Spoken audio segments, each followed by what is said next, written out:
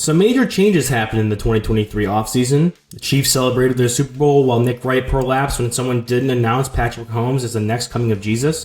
Tyreek Hill got in trouble for assaulting someone, and Antonio Brown made football news. The more things change, the more they stay the same. However, that is being a bit disingenuous, as major news was made throughout free agency, the draft, and the introduction of magic mushrooms to the New York Jets locker room. There are a lot of players and teams who are going to be in positions to make leaps in the coming season, and I've come to rank them. The top 10 players who will improve the most in the 2023 NFL season. Number 10, Russell Wilson. The Denver Broncos spent draft capital to bring in Sean Payton to come coach up Russell Wilson back to his previous Hall of Fame glory. That's why he's number 10 here. It's not going to be a most improved for him, it's more a return to form. So I had him lower on this list. The Broncos went the whole season without Tim Patrick, and Jerry Jeudy and Courtland Sutton both missed 2 games each, so they're going to be getting healthier in the wide receiver room. And hopefully with the return of Javonte Williams from a torn ACL and the signing of Samaje Perine, the running game will be a lot better from where it was last year, being led by Latavius Murray in rushing. So Russell Wilson will have a better running game, better coached offense, better overall coached up team in general, as well as having his entire cast of weapons healthy. We'll see if Russell Wilson can return to form and maybe challenge Patrick Mahomes to the top of the AFC West division. Number 9, Terrace Marshall. The wide receiver from Carolina had a rough start to his career after his first season where he didn't really contribute much. However, in 2022, he put up respectable stats amongst the QB horror show that was the Carolina Panthers. The cast of characters including Baker Mayfield, Sam Darnold, PJ Walker, and Jacob Eason. He had 20 receptions for 490 yards and a touchdown. Now, with the leaving of DJ Moore and being replaced by DJ Chark and Adam Thielen, there isn't much competition for Marshall in terms of targets and where the ball is going to be going in a Bryce Young and Frank Reich-led offense this year. So hopefully the improvement with the quarterback position and coaching position will help Terrace Marshall really be able to shine and show what he showed while he was at LSU with Joe Burrow.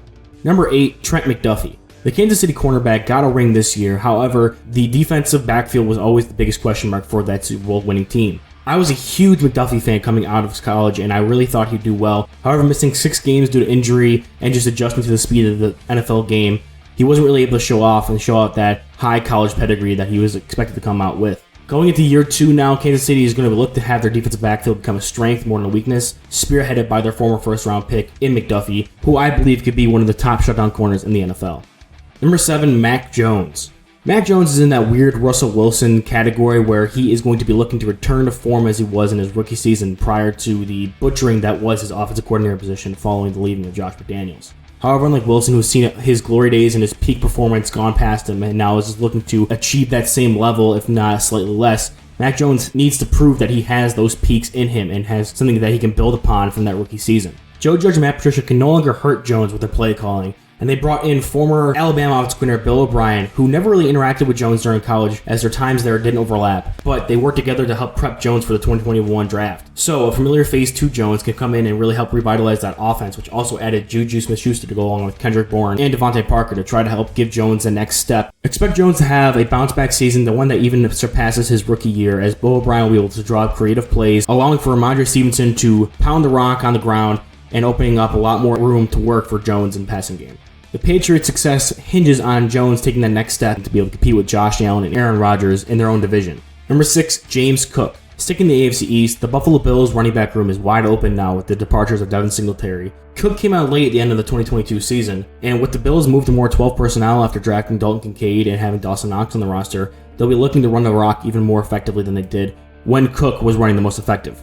Cook is more of a speed back who can add the receiving element out the backfield, so they brought in Latavius Murray and Damian Harris to complement that so that they're not wear down. The offense will still hinge on Josh Allen in the passing game, but having a more dynamic option at the backfield with Cook will allow for more passing lanes to open up and help the Bills get over that hump finally and reach a Super Bowl. Number 5, Desmond Ridder. Ridder got a late look last year to be the quarterback of the future for the Atlanta Falcons and had one of his best performances in Week 18 against the Tampa Bay Buccaneers. After this full offseason of being able to work with Kyle Pitts and Drake London and really getting acclimated as the starting quarterback at first-team reps in offseason, he should be able to make that next step, especially since they're adding a generational talent at running back in Bijan Robinson. Arthur Smith's offense that relies heavily on the run game, now with a generational running back talent, and with these big body downfield receiving threats should help Desmond Ridder take that next step that maybe some believe he'll take. And he better, because if he doesn't perform up to bill this year, they may be looking to replace him moving forward. Number 4, Tyler Smith. Smith was a rookie left tackle for the Dallas Cowboys last year after Teron Smith went down with an injury at the end of the season. Coming out of Tulsa, Smith was never seen to be a tackle prospect and more of an interior guard presence with his strong power but limited mobility due to his size. When playing tackle at Tulsa, he had a tendency to reach and grab onto defenders and called for a lot of holding penalties, which were thought to plague him in the NFL if he was not slid inside. While he did register a 71.4 grade from PFF while out of position, he did tie for the lead of most penalized offensive linemen in the NFL last year. Teron Smith is back and will kick Tyler Smith back inside the guard, where he should be able to be a dominating inside presence for the running game of Dallas Cowboys, as well as be able to limit the amount of penalties, as well as increase his pass blocking efficiency from the interior. Number 3, Jalen Petrie. Jalen Petrie was another one of my guys that I had coming out of the 2022 NFL Draft, who I believe could be a difference maker for our NFL defense. In 2022, he showed that with 5 interceptions on a very struggling Houston Texans defense, which is a major contribution to why he has a 54.7 PFF grade after his rookie season. With the introduction of DeMeco Ryans as head coach, Jalen Petrie will look to make a next step coming into 2023. Ryans has always had good safeties on the back end of his defense, as well as seeing some players take huge improvements while he was the coach. Deshaun Gibson went from a 51.5 PFF grade to 67.2 once Ryans took over in San Francisco. Jimmy Ward had 2 of his best seasons in his career once Ryans took over there as well. And the most recent, Talanoa Hufanga, who was seen as a box safety with limited upward mobility as a player, recently became a first-team All-Pro under the guiding hand of Ryans. In addition, having an elite pass rusher like Will Anderson on the front 7 to help force more rushed passes will allow Jalen Petrie to keep that interception production up, as well as the additional help from DeMeco Ryans should allow him to round out his game and become one of the best safeties in the NFL.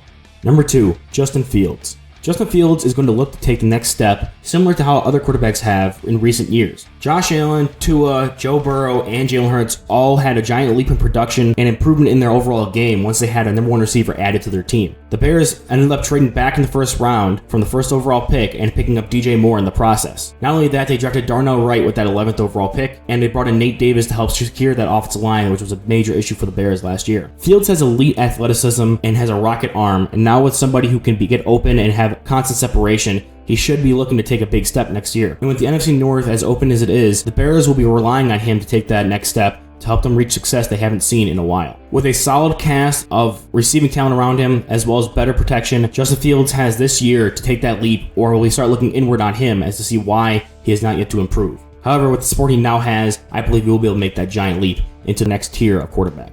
Number 1, Sam Howell. The quarterback for Washington only had 1 start last season, so maybe a bit of a stretch to say he will be the most improved player come the end of 2023. However, I believe he has had the most added around him on this list and is the most in line to take that big step, especially from where opinion is on him now. Sam Howell was originally seen as maybe a potential number 1 overall pick when he was at North Carolina. However, he took a dip in production when he lost a bunch of talent around him like Javonte Williams, Michael Carter, De'Ami Brown, and Daz Newsome. He ended up going in the 5th round to Washington in 2022 and didn't really get a chance to play until the last game of the season where he won 26-6 over the Dallas Cowboys. Now with Eric Bieniemy coming in and taking over as the OC, Bieniemy will have an extra incentive to show that he can improve quarterbacks that aren't naturally as gifted as Patrick Mahomes. Despite losing all that talent around him in college, Howell showed the ability to rush the ball and has been shown to be a good passer when he does have that talent around him, so Bieniemy has a lot to work with. In Washington, he has a better running back room than Kansas City ever had while he was there outside of the Kareem Hunt year, as well as a wide receiver room full of Terry McLaurin, Jahan Dotson, Curtis Samuel, and a reuniting De'Ami Brown. Washington also brought in Andrew Wiley at right tackle to re-secure that offensive line and give Howell every opportunity to succeed. Howell will be looking to return to form he was in college and show that people missed out on his talent in the 2022 draft, as well as having Bieniemy there looking to prove that he can make it done with any kind of quarterback and helping improve this guy's career to boost his own coaching stock. And that is why I think Sam Howell will be the most improved player in the 2023 NFL season. If you enjoyed this, please like and subscribe. We have other football content coming out this summer, as well as more top 10 videos here. If you like draft content, I have a bunch of breakdowns there, as well as I'm writing for different places. You can check that out in the bio or in the description. If you have any suggestions for the next top 10 videos should be, leave them down in the comments, and I'll see you guys in the next one.